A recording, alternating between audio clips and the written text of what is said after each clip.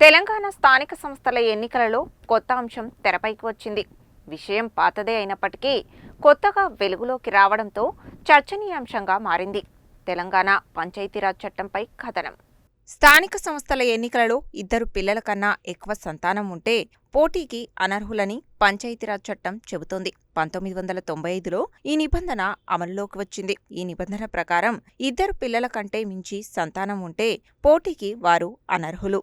అయితే ఈ నిబంధనను తొలగించి ఎంతమంది పిల్లలు ఉన్నా పోటీకి అవకాశం కల్పిస్తామని పంచాయతీరాజ్ శాఖ మంత్రిగా ఉన్న సీతక్క గతంలో ప్రకటించారు. ప్రస్తుతం స్థానిక సంస్థల ఎన్నికలకు ప్రభుత్వం సిద్ధమైన నేపథ్యంలో ఈ విషయంపై రాష్ట్ర ప్రభుత్వం ఎలాంటి నిర్ణయం తీసుకోలేదు.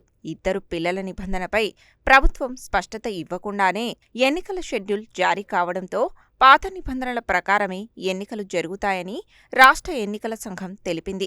ఒకరు లేదా ఇద్దరు పిల్లలు ఉన్నవారే పంచాయతీరాజ్ చట్టం ప్రకారం ఎంపీటీసీ, జెడ్పీటీసీ, సర్పంచ్, గ్రామ పంచాయతీ వార్డు సభ్యులుగా పోటీ చేయడానికి అర్హులని ప్రకటించింది. దీంతో ఇద్దరు పిల్లల కంటే ఎక్కువ మంది సంతానం ఉండి పోటీ చేయాలనుకునే ఆశావాహులు తాజా నిబంధనలతో నిరాశలో మునిగిపోయారు.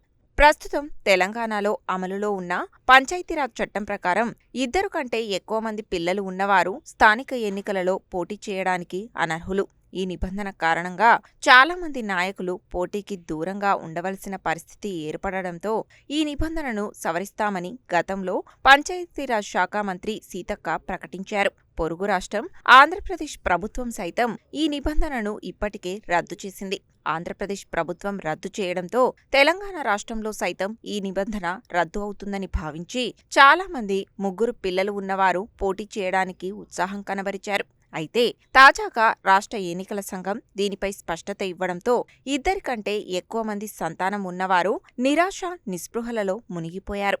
ఎన్నికల షెడ్యూల్ జారీ అయిన నేపథ్యంలో ప్రభుత్వం ఈ నిబంధనను సవరిస్తుందా లేదా అనే చర్చ సాగుతోంది. ఒకవేళ షెడ్యూల్ విడుదల అయిన తరువాత నిబంధనను సవరిస్తే అది చట్ట ప్రకారం చెల్లుతుందా లేదా అనే అంశంపై కూడా పెద్ద ఎత్తున చర్చ సాగుతోంది. రానున్న వారం 10 రోజులలో దీనిపై స్పష్టత వచ్చే అవకాశం ఉందని తెలుస్తోంది.